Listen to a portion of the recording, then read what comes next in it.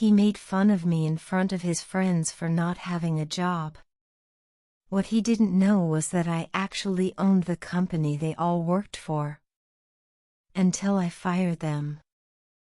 I stayed quiet as they laughed at me, mocking my lack of a career. My husband, James, laughed too, raising his glass with his colleagues. The irony was almost too much to bear. I was the one who had hired the firm they worked for. Tomorrow, the same firm would help me get rid of them. I held my glass, cold against my palm, as I watched them from across the living room. 5 men in expensive suits, all senior executives at Reynolds Technologies. Men I had carefully selected for the job through hidden companies and secret hiring agencies. And James, my husband of 8 years, their VP of operations, leading the mockery. Remember when she tried interviewing at Reynolds? James laughed. God, I wish I could have seen that disaster. I remained silent. That interview he laughed at was actually my routine check on middle management. Carefully planned through layers of hidden companies. I had built Reynolds Technologies from scratch, 12 years ago, long before I met James. It had been my first love, my way of getting back at the corporate raiders who destroyed my father's small business. Isn't she persistent? Michael from marketing chuckled. How many rejections has she faced this month? James laughed too. Lost count, he said, reaching for the bottle of 30-year-old scotch. The same scotch I had bought. All the luxury in our house, the art, the furniture, the fancy watch on James's wrist, was paid for by the company he thought had rejected me. I took a sip of water, keeping my face calm, hiding the humiliation. It was the same mask I'd worn when I first met James at a charity event. Back then, I had already learned that success attracts parasites. 3 failed relationships had taught me to be careful. So when I met James, I played the role of a struggling freelance consultant, living in a small apartment, driving an ordinary car. At first, James seemed different. He was supportive, even encouraging. You'll find your place, he'd said in those early days. But as soon as we married, and he moved into what he thought was our house, the truth began to show. Success changed him. Or maybe it revealed him. Hey honey, James called out now, his voice full of fake sympathy. Maybe you should try the coffee shop down the street. I heard they're hiring baristas. More laughter followed. I smiled weakly, playing the part of the defeated wife. I'll head upstairs, I said softly. Big day tomorrow, another interview. Don't wait up. James didn't care. We're celebrating Peterson's promotion. Might be a late one. Peterson. He was my latest plant in senior management. Tomorrow, he would help me gather evidence against James and his friends. They wouldn't know that all their drunken conversations were being secretly recorded, adding to the case I'd been building. In my private study, I locked the door behind me. The hidden wall panel slid open to reveal my secure workspace.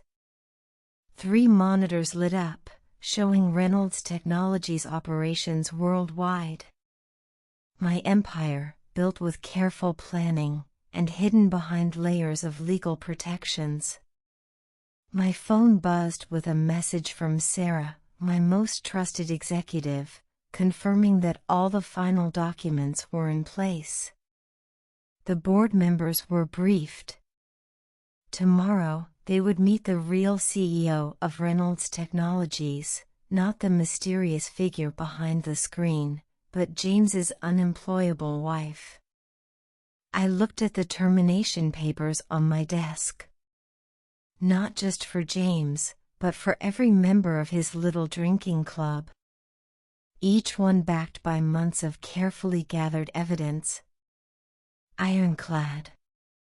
The sound of glass breaking echoed from downstairs, followed by loud laughter. Once, that would have angered me.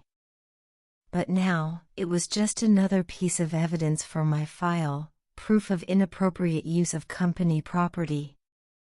Tomorrow would change everything. But tonight, I let myself enjoy the quiet. My father had once told me, success isn't about who has the loudest voice in the room. It's about who waits for the right moment to act. That moment had finally arrived. I heard James and his friends stumble out of the house and into their waiting cars. My employees, acting as drivers, were discreetly recording their drunken state. More evidence for the files. I changed into my modest nightclothes, the same ones I'd worn for years as part of my disguise. Tomorrow, I would wake up as James's underestimated wife. But by sunset, I would be revealed as Alexander Chin, the CEO of Reynolds Technologies, and the architect of their downfall. Through the bedroom window, I watched their cars disappear into the night. In 12 hours, they would arrive at their offices, nursing hangovers, completely unaware that their world was about to fall apart. That thought made me smile as I drifted off to sleep, dreaming of the sweet revelation to come. Morning arrived with precision. I woke before James, watching him struggle with his hangover as he rushed to get ready for what he thought would be another normal day. Little did he know, I had already arrived at Reynolds Technologies at 6:30 a.m., long before him. I entered through the service entrance, dressed in a plain navy suit from a department store, a far cry from my usual designer clothes. Sarah met me in the basement security office, away from the eyes of others. "Everything's in place," she whispered, handing me a visitor's badge. "The interview is scheduled for 9 a.m. with HR. James's team has their morning meeting at the same time. Peterson will keep them occupied." The visitor's badge felt strange against my blazer. Angela Martinez, interview candidate.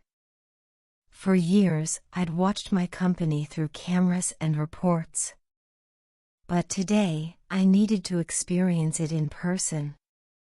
I wanted to see how deep the corruption had spread.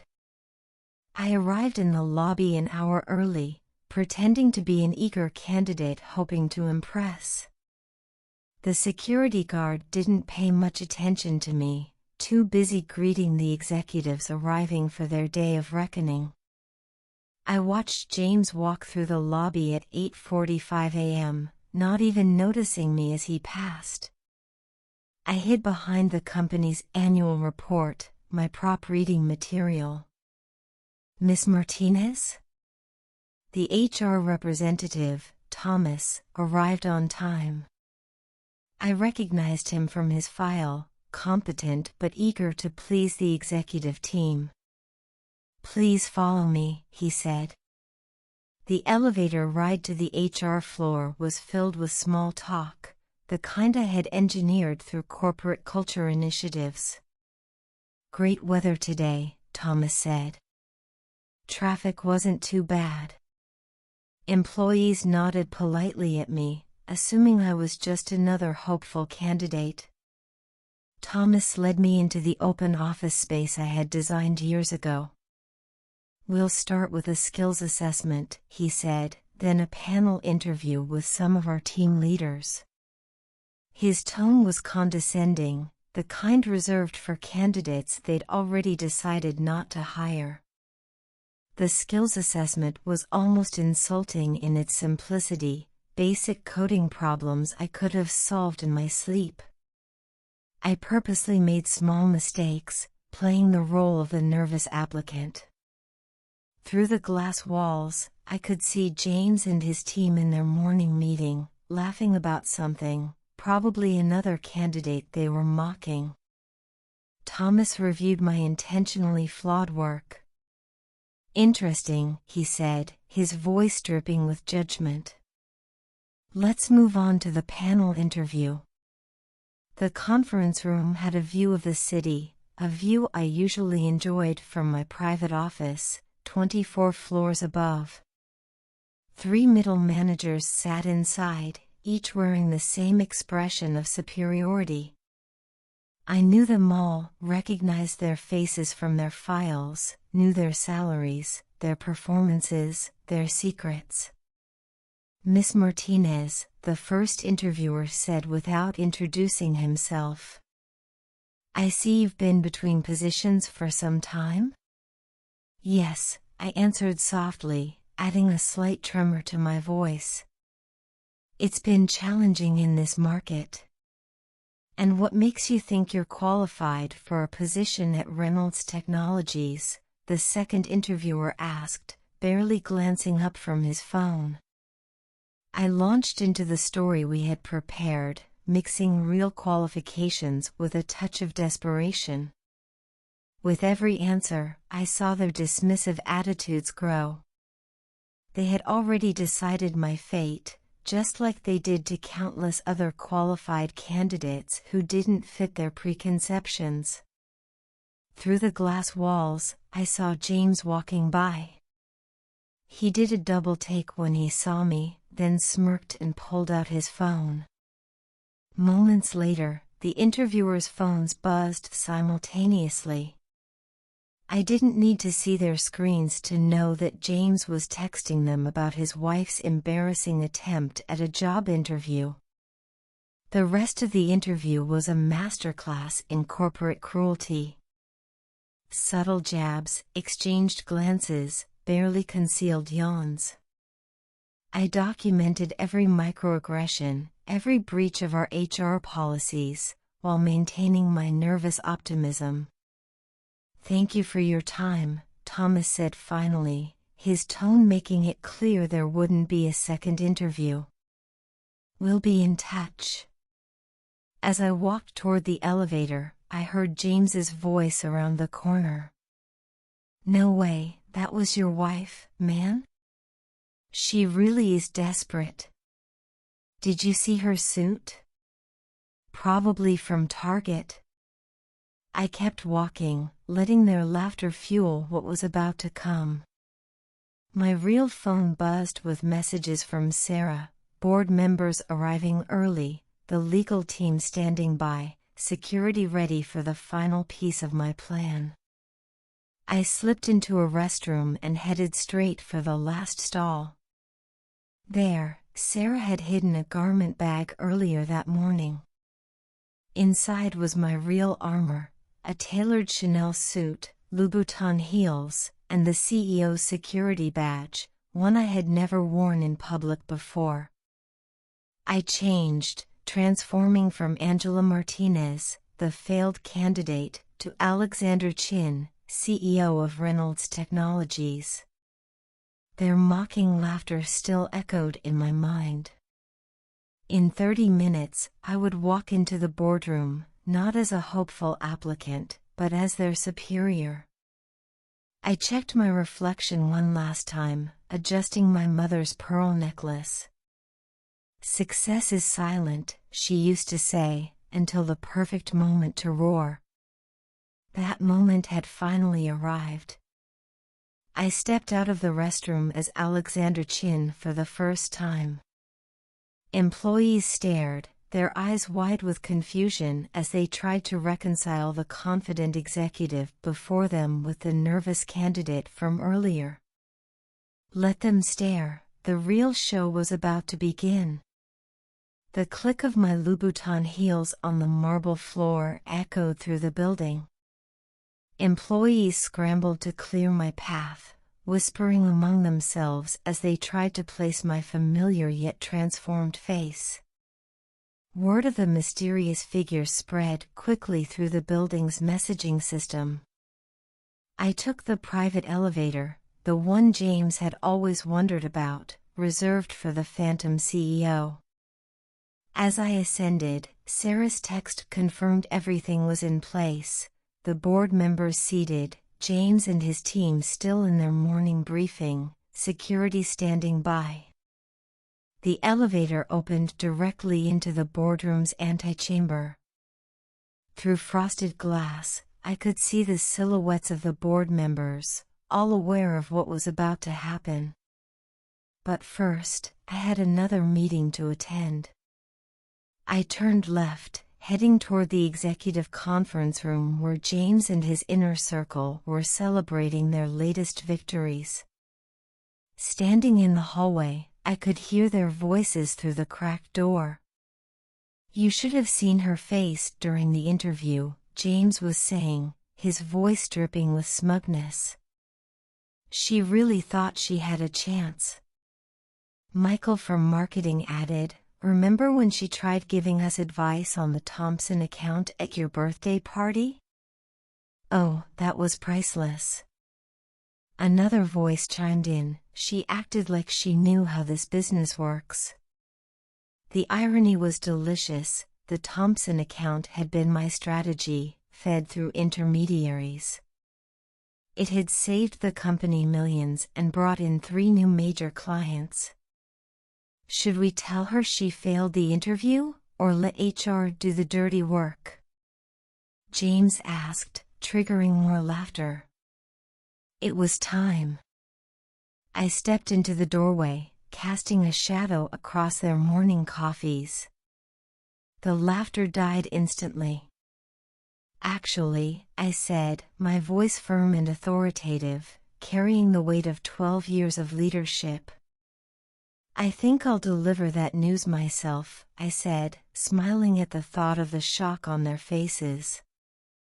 It was everything I had imagined and more. James's coffee cup stopped halfway to his mouth, his face drained of color as he tried to make sense of the change in me. What are you doing here?" he stammered. "And dressed like the CEO of Reynolds Technologies?" "Exactly like that," I finished for him, stepping fully into the room. Michael began to laugh, but stopped abruptly when no one joined him. Peterson, one of my trusted executives, was already gathering his things, a knowing smirk tugging at the corners of his mouth. "This is a restricted floor," James said, attempting to regain control. "Security will be here any minute."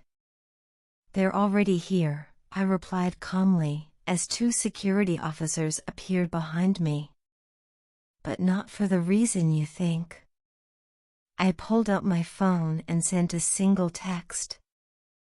Almost immediately, every screen in the room lit up with a document, the company's original incorporation papers, with my signature and photo. "Alexander Chin," I announced, watching their faces twist with disbelief. "Founder and CEO of Reynolds Technologies. Or, as you know me, James's unemployable wife." The silence was deafening.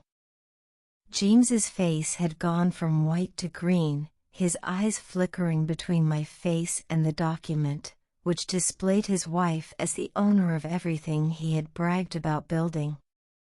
"This is impossible," he whispered. "You're just what? Your wife? Someone who couldn't even land an entry-level position?" I moved to the head of the table, my table, and sat down. "Tell me," I said, my voice icy. "How does it feel to realize you've been mocking your own boss for years?" Michael stood up suddenly, his chair screeching against the floor. "I should go." "Sit down," I commanded, my voice cutting through his panic. "None of you are going anywhere," just yet. I pressed a button on my phone. The screens changed to show a compilation of security footage, email exchanges, and recorded conversations. Every joke, every mockery, every cruel moment played out in high definition. Interesting management style you've developed, I observed, watching them squirm. Creating a culture of bullying, discrimination, and harassment. Did you really think I wouldn't notice? That I wouldn't care how you treated people you thought were beneath you? Alex, honey, James tried, his voice adopting the placating tone he used when trying to talk his way out of trouble. We can explain. Oh, I think you've explained enough, I cut him off. In fact, you've been explaining for years, every dinner party, every company event. You've made your character crystal clear. I stood up and smoothed my skirt. The board is waiting next door to formalize what you've already accomplished, I said. Your immediate termination for cause. All of you. I looked each man in the eye, saving James for last. Though I suppose I should thank you, I added. You've made this decision remarkably easy. You can't do this. James protested weakly. I'm your husband. Actually, I smiled, removing my wedding ring and placing it on the table. As of this morning, I'm just your ex, and you're fired.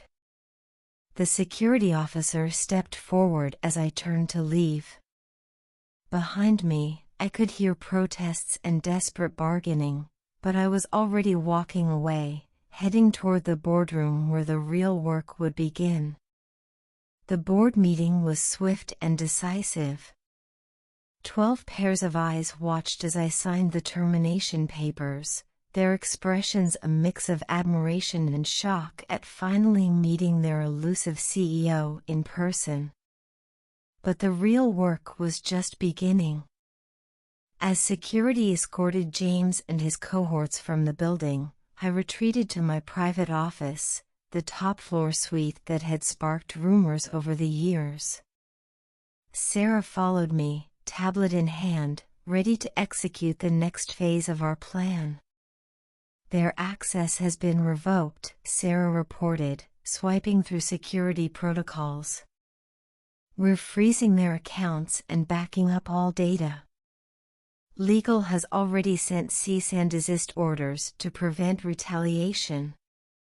I watched through the floor-to-ceiling windows as James and his friends were escorted to their cars below. Even from 20 stories up, I could read the shock in their body language, the disbelief in their steps. What about the house? I asked, thinking of the home James thought he'd helped pay for. The security team is already there, changing the locks. Your personal items have been moved to the penthouse as planned. As for James's things, Sarah paused, allowing herself a small smile. They'll be delivered to his mother's house by this evening. I nodded, recalling all the times James had bragged to his mother about supporting me through my career struggles. The irony would not be lost on her. And the divorce papers? I asked, already knowing the answer. Filed as we speak, Sarah confirmed. The prenup you had him sign is ironclad. He thought he was protecting his assets, never realizing he was signing away any claim to yours. A notification popped up on my private screen. James was already trying damage control, posting on professional networks about strategic differences with Reynolds Technologies. I watched as Sarah's team swiftly countered with the truth, a carefully worded press release about the company's zero-tolerance policy for workplace harassment and discrimination. I noted that his LinkedIn still listed him as the VP of Operations. Not anymore. Sarah's fingers flew across her tablet. I sat down at my real desk, not the hidden one in my study at home, and began reviewing contingency plans. James and his friends weren't stupid. Wounded pride would soon give way to anger and potential retaliation. They won't be working in this industry for at least 3 years, Sarah added. Their non-competes are already activated. We've notified all major competitors about the circumstances of their termination. No reputable company will touch them. I pulled up security footage from their exit interviews. James was still in denial, threatening to expose me. Michael was breaking down in tears when he realized his stock options were worthless. The others alternated between begging and threatening. Peterson has already assembled transition teams, Sarah continued. No critical operations will be affected. Make it 3 years, I corrected, remembering snippets of drunken conversations about creative accounting. Flag any clients they've had personal contact with. My phone buzzed. It was James, using his personal number.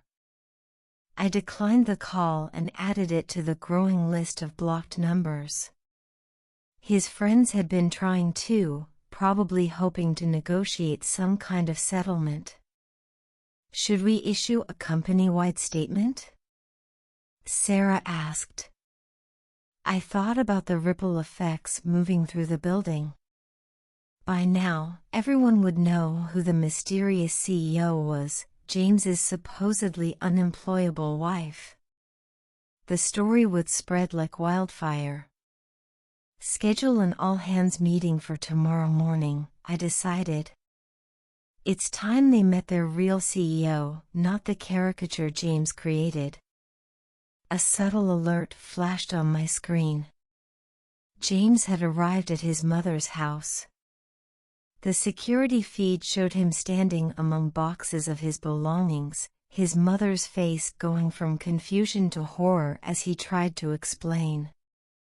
His company car GPS shows it's still in our parking lot, Sarah added. Security is waiting to retrieve it. I nodded and turned my attention back to the stack of documents on my desk. There was plenty of work to do, updating organizational charts, reassigning responsibilities, and starting damage control with our major clients. One more thing, Sarah added, her tone softening slightly. The charity gala next month, the one where you met James? Cancel my RSVP, I interrupted. But double the company's donation anonymously. The afternoon passed in a blur of meetings, decisions, and strategic planning. I watched through various security feeds as James's office was packed up, his personal items cataloged, and his parking spot reassigned. By evening, as the sun set over the city skyline, Sarah brought me one final report. They're all serving their garden leave at home. Security is monitoring their communications. No unusual activities yet, but they're still in shock. I leaned back in my chair, finally allowing myself to feel the weight of the day. In less than 12 hours, I had shed a false identity, ended a marriage, fired 5 executives, and stepped into the public eye as CEO. Was it worth it? Sarah asked quietly, breaking protocol for a moment of honesty. I thought about the years of subtle humiliation, watching James and his friends crush others' dreams for sport. Witnessing their casual cruelty to anyone they deemed beneath them. Ask me again in a week, I replied. As the room quieted, I could feel the shift in atmosphere. The board was no longer questioning my decisions, they were becoming allies in this battle, partners in safeguarding the integrity of the company. I presented the full scope of our findings, the subtle manipulation of stock options, the fraudulent expense claims, and the deliberate sabotage of projects that could have elevated Reynolds Technologies into a new era. "This isn't just about cleaning house," I said, leaning forward, my gaze sweeping across the faces of the board members. "It's about reclaiming our reputation. About ensuring that this company never again fosters an environment of toxicity, discrimination, and abuse of power." The silence that followed was one of deep understanding. They had already witnessed the devastating effects of James and his cohorts' unchecked authority, and now they were beginning to see the magnitude of the work ahead. It was a delicate balance, one that required not only careful strategizing but also the ability to inspire those who had been too afraid to speak out for years. I finished the presentation with one final statement: we rebuild from the ground up, and we do it with integrity. Anyone who stands in the way of that will be removed, no matter their position. The board nodded, some with a renewed sense of conviction, others with a new respect for my leadership. By the time the meeting ended, I could see the momentum building. Our company was poised for a transformation, one that would set us apart from competitors, not just in innovation but in corporate ethics as well. Sarah returned to my office later that afternoon, her expression telling me everything I needed to know. "James and his team have been cut off. Legal's handling the defamation suits, and we've already reached out to their potential clients. Atlas Tech has been notified, and they're distancing themselves quickly." I sat back, feeling a small but satisfying sense of closure. "Good," I said. "Let's keep the pressure on. They made their move, now it's time for ours." As the sun dipped below the horizon, the weight of the day began to settle in. I had taken control of not just the company, but my own destiny. No longer defined by anyone else's perceptions or limitations, I had stepped into the role I was always meant to hold. The real work was just beginning, but I was ready. "Phase 2 starts tomorrow," I told Sarah, my voice steady with resolve. "Let's finish this, once and for all." And as the lights of the city flickered to life, I felt a sense of calm amidst the storm. This was the beginning of a new era, for Reynolds Technologies, and for me. As Sarah checked her tablet, she interrupted me. "James is on his way up. He somehow convinced the lobby security to let him in." I smiled and pulled up the lobby camera feed. "No, I convinced security to let him in. Watch." On the screen, James stormed through the lobby. His expensive suit was wrinkled, his face flushed with anger and alcohol.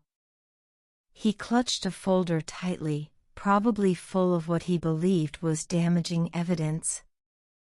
"Should I have security stop him?" Sarah asked. "Not yet. Let's see what he thinks he has." Minutes later, James burst into the boardroom. His confident smirk faded when he saw me sitting calmly at the head of the table. "I have proof," he declared, waving his folder. "Proof that she orchestrated this whole thing." "You mean proof that I founded this company, built it from nothing, and ran it successfully while you took credit for my strategies?" I stood up slowly. "Or proof that I documented your misconduct for years while you mocked my so-called unemployment?" The board members remained silent as James's confidence crumbled. You trapped me," he stammered. "No, James," I replied smoothly. "You trapped yourself. Every time you rejected a qualified candidate, every time you ignored a deserving woman, every time you laughed about your unemployed wife, you were building this case against yourself." I nodded to Sarah. She pulled up the evidence on the boardroom's large screens. Years of James's unethical actions played out in crystal clear detail. His face turned pale as he watched his downfall unfold before him. "Your choices are simple," I continued. "Leave now, respect the non-compete agreement, and keep whatever dignity you have left, or fight, and watch as every detail of your behavior becomes public record." "You can't," he began. "Security," I interrupted, pressing a button on my desk. "Please escort Mr. Morrison out. And this time, revoke his lobby access." As security led him away, I turned back to the board. "Now, about those irregular financial transactions."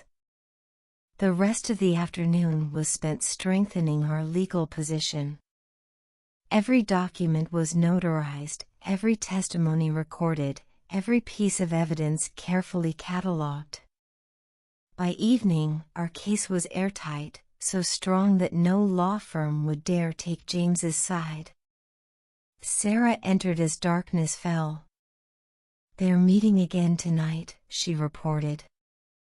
"Same bar." "Good," I replied, reviewing the latest surveillance request. "Let's hear what else they're willing to give us."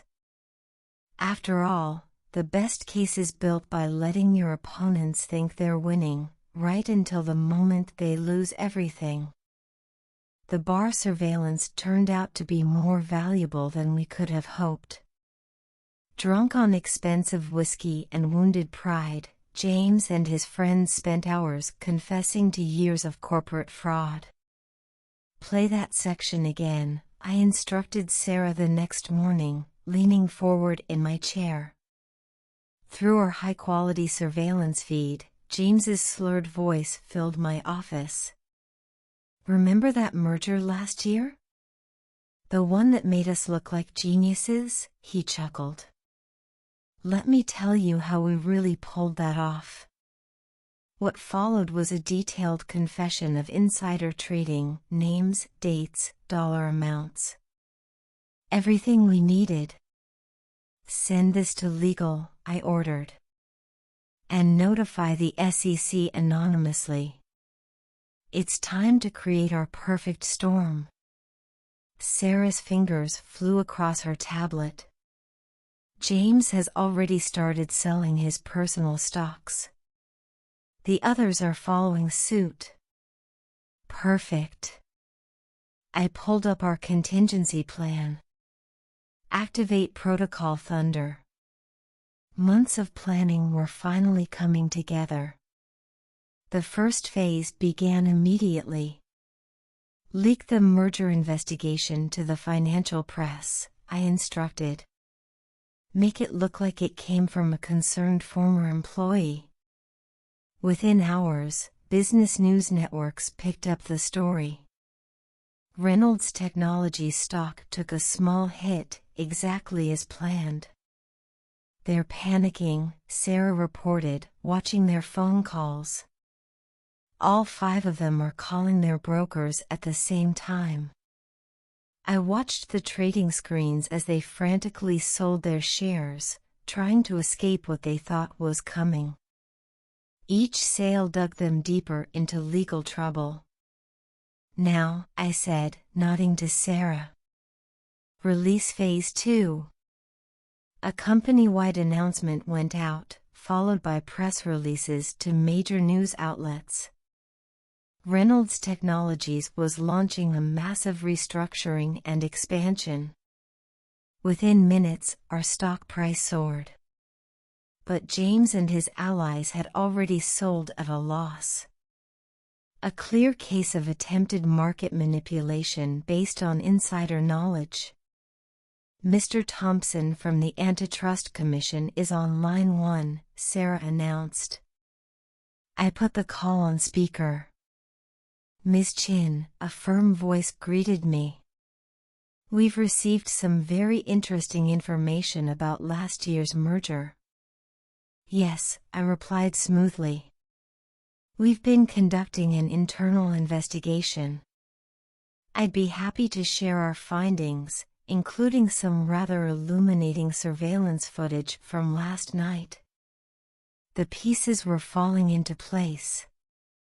By midday, the SEC had opened a formal investigation into James and his team's trading activities. The Antitrust Commission was reviewing the merger, and our stock price continued to climb as investors responded positively to our restructuring. Sarah checked her feeds. James is trying to leave the country. His passport was mysteriously flagged at the airport. I allowed myself a small smile. How unfortunate. And the others? Michael is having a breakdown in his broker's office. 2 more have already contacted criminal defense lawyers. The last one is desperately trying to delete his emails, not realizing we already have everything. The afternoon brought more developments. Our anonymous tips had triggered investigations at 3 other companies where James and his team had worked before. Former colleagues, sensing an opportunity, started coming forward with their own stories of misconduct. Their lawyers are requesting a meeting, Sarah said. They want to settle. I shook my head. Decline. I replied while watching the latest news coverage, let them sweat. By evening, the perfect storm was in full swing. The SEC investigation had expanded to include their personal trading accounts. The Antitrust Commission had frozen their assets for review, and 3 separate class action lawsuits had been filed by former employees, alleging systematic discrimination. James's mother has gone quiet on social media, Sarah noted with satisfaction. She probably saw the insider trading allegations, I replied. Even she can't spin that positively. A notification popped up on my screen. James was desperately trying to access his frozen accounts. Each transaction was declined. Should we release the bar footage to the media? Sarah asked. Not yet, I said, walking to the window. Let's see how they handle tomorrow first. Tomorrow would bring the final phase of Protocol Thunder. While James and his friends were distracted by investigations and frozen assets, we had been quietly buying up their dumped shares through shell companies. When the market opened, Reynolds Technologies would announce a major government contract, one we had been secretly negotiating for months. Their wives are calling divorce lawyers, Sarah reported, checking her tablet. Apparently, they're not happy about losing everything because of their husband's fraud. I thought about the prenup James had insisted upon, thinking he was protecting himself from a gold-digging wife. How ironic, it would now protect my assets from his legal troubles. Send them all meeting invitations for tomorrow morning, I instructed. 9 a.m. sharp. They won't come, Sarah predicted. Oh, they will, I said, turning from the window. My reflection was hard and clear in the darkening glass. Because right now, I'm their only hope of survival. As night fell over the city, I reviewed tomorrow's script one final time. In less than 12 hours, James and his friends would sit in my office, broken and desperate. I would present them with their choices, the total destruction of their careers or mere humiliation. Their security badges are ready, Sarah said, placing 5 visitor passes on my desk. I picked one up, running my thumb over James's photo. Tomorrow then. After all, the perfect storm wasn't just about destruction, it was about forcing your enemies to acknowledge the lightning before the thunderstruck .9:00 a.m. arrived like a well-orchestrated symphony. One by one, James and his former colleagues shuffled into my office. They were shadows of their former arrogant selves, their expensive suits wrinkled, their faces haggard from sleepless nights and mounting pressure. Gentlemen, I greeted them, seated behind my desk. I believe you've all had an interesting week. James couldn't meet my eyes. Michael was visibly trembling. The others stared at their visitor badges, as if they couldn't believe how far they had fallen. The board is waiting, I announced, standing. Shall we? They followed me like condemned men to the executive boardroom. Through the glass walls, they could see the full board of directors, our legal team, and several SEC representatives seated at the massive table. Before we entered, I paused. Understand this, what happens in the next hour will determine not just your professional futures but also your personal freedom. The boardroom fell silent as we entered. Sarah stood at the presentation screen, ready to begin. The SEC representatives had their notebooks open, pens poised. Members of the board, distinguished guests, I began, taking my place at the head of the table. We are here today to address several serious matters concerning corporate governance, financial misconduct, and systematic abuse of power. With a nod to Sarah, the presentation began. Evidence of their misdeeds played out on the screen in devastating detail: trading records, surveillance footage, email chains, recorded conversations, a complete catalog of their destruction. As you can see, I continued as James sank lower in his chair, the pattern of misconduct extends far beyond simple workplace harassment. We are looking at securities fraud, insider trading, and criminal conspiracy. The SEC representatives took rapid notes. The board members' faces turned to stone. Michael looked ready to faint. I paused, letting the tension build. Reynolds Technologies is prepared to offer a limited amnesty agreement. One time. One offer. No negotiations. Their heads snapped up, hope and suspicion battling in their eyes. Sarah distributed thick document folders to each of them. The terms are simple, I explained. Full cooperation with all investigations. Complete disclosure of all misconduct. The return of all profits from irregular trading. And most importantly, a public acknowledgement of your actions. You want us to confess? James's voice cracked on the last word. I want you to face the consequences of your choices, I corrected him. Sign these agreements now, and Reynolds Technologies will not press criminal charges.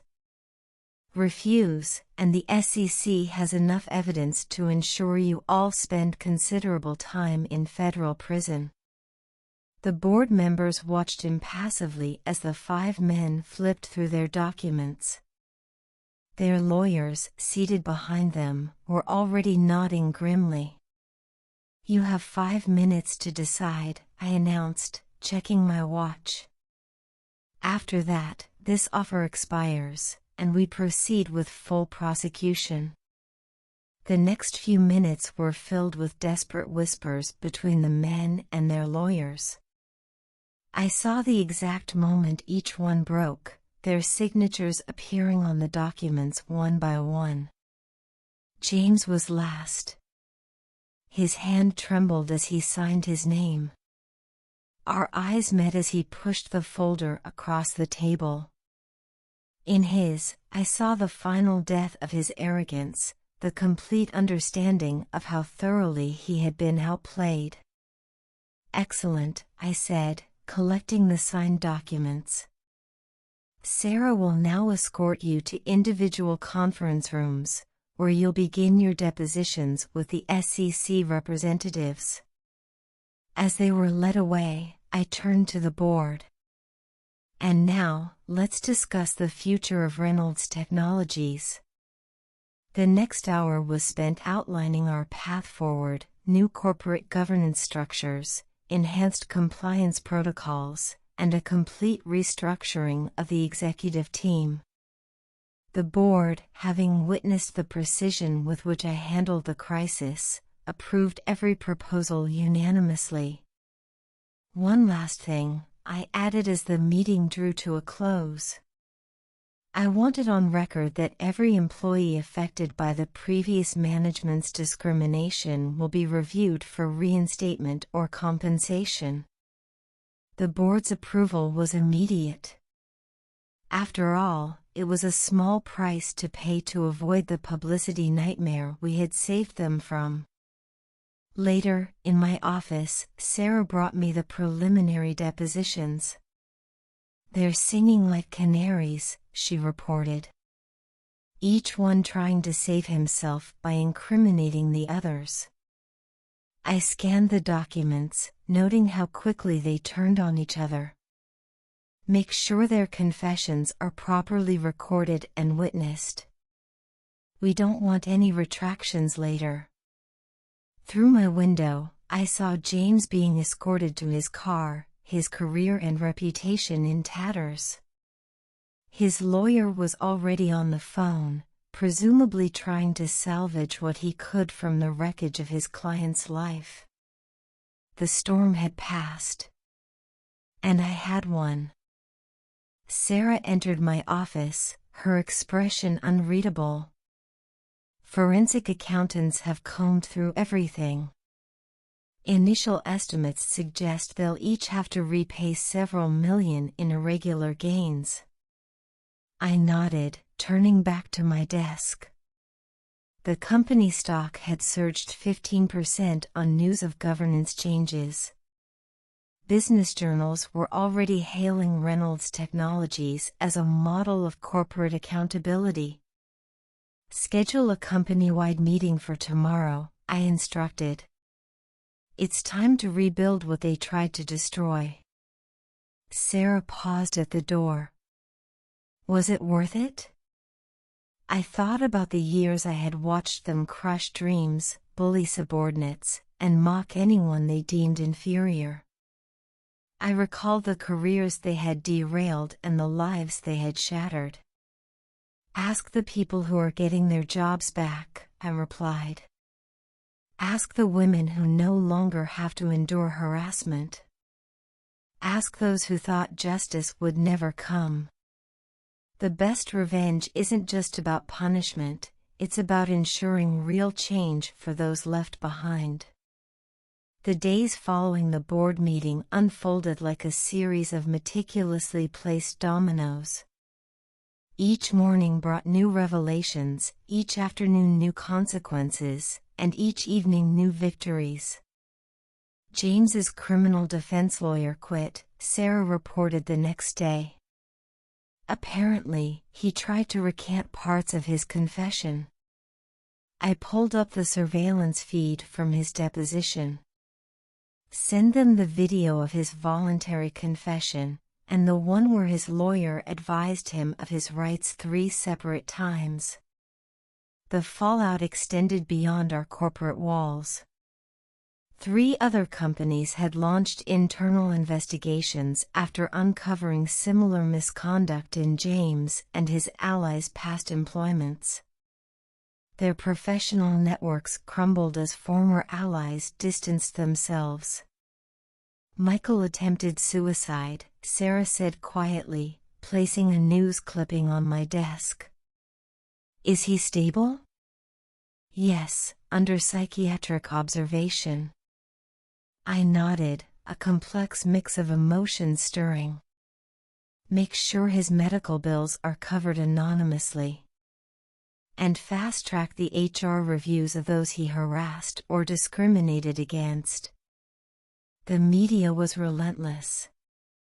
Business journals ran exposés on toxic corporate culture. Women's magazines requested interviews about breaking the glass ceiling. Tech blogs analyzed how the phantom CEO had orchestrated the perfect takedown. James's mother gave an interview, Sarah said, pulling up the video. I watched as the woman who once boasted about her son now tearfully apologized for enabling his behavior. She ended by announcing a donation to workplace harassment prevention programs. His wife filed for divorce this morning, Sarah continued. Along with the wives of 3 others. They all claim they had no knowledge of the financial fraud. I turned to the window. Somewhere out there, James was likely sitting in his mother's guest room, watching his empire collapse. His assets were frozen, his reputation destroyed, his marriage over, his future, a labyrinth of legal proceedings. Reinstatement interviews are going well, Sarah noted. 12 former employees have accepted offers, including Jennifer Chin. No relation. But a brilliant programmer James had driven out 2 years ago. Now, she was leading our AI division, her expertise finally recognized. The Thompson account doubled their contract with us, Sarah added. They're impressed with our new leadership and transparency initiatives. A notification flashed on my screen. Another former employee had gone public with their story. This time, it was someone from James's previous company, detailing a pattern of misconduct spanning years. The SEC investigation is expanding, Sarah reported. They're looking into every company these men ever worked for. I reviewed our database. Send the investigators everything we have, every document, every recording, every trace of misconduct.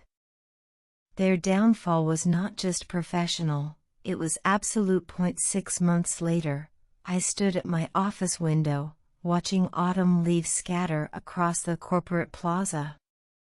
The landscape had transformed. Final numbers are in, Sarah announced. Quarterly profits up 60%. Employee satisfaction at record highs. And the class action settlement was approved this morning. I turned from the window. The settlement ensured compensation for those harmed by James and his cohorts.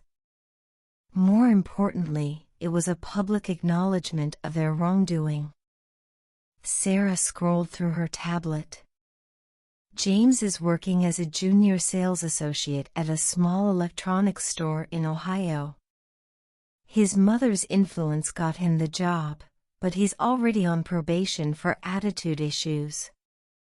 The mighty had fallen indeed.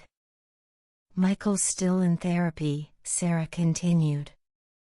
But he's published an online apology and is working with workplace harassment prevention groups. Seems genuine, actually. I picked up a framed magazine cover from my desk. Last month's Business Week, featuring Reynolds Technologies' transformation.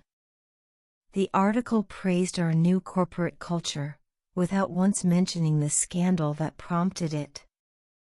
Jennifer's AI division? I asked. Sarah smiled. 3 new patents filed this quarter. Her team is revolutionizing our software development. The toxic culture James and his friends had fostered was being replaced with something truly collaborative. The fear they had instilled was dissolving. Innovation was thriving. The Thompson account sent this over, Sarah said, placing a bottle of champagne on my desk. They're impressed with Jennifer's team. Apparently, they solved a problem the company had struggled with for years. I thought about how James had dismissed Jennifer's ideas, mocked her suggestions, made her doubt her own brilliance. Now, she led our most profitable division. Any recent contact attempts? Sarah checked her logs. James tried to reach out via LinkedIn last week. His profile still lists him as our former VP of Operations, though anyone who searches his name finds quite a different story. The internet never forgets. The documentary crew is requesting another interview, Sarah added. They're calling it Glass Ceiling Shattered, focused on corporate transformation and women in leadership. I shook my head. Direct them to our successful division heads, Jennifer, Maria, Sophia. They're the ones rebuilding this company. My phone buzzed. A message from James's mother. Since her public apology, she had become an unlikely ally in corporate reform. I had anonymously funded her speaking tour. Board meeting in 10 minutes, Sarah reminded me. They want to discuss international expansion. I gathered my materials and stepped toward the door. My nameplate read simply, Alexandra Chin. No more shadows. No more masks. No more pretense. 6 months, Sarah noted, walking beside me. Any regrets? I recalled James's last words to me in the boardroom, his final attempt at manipulation. I really did love you, you know. No, I replied. No regrets. Just lessons learned. The true victory wasn't in James's fall. It was in the rise of everyone he had tried to keep down. I entered the boardroom, took my seat at the head of the table, and opened my folder. Let's talk about the future.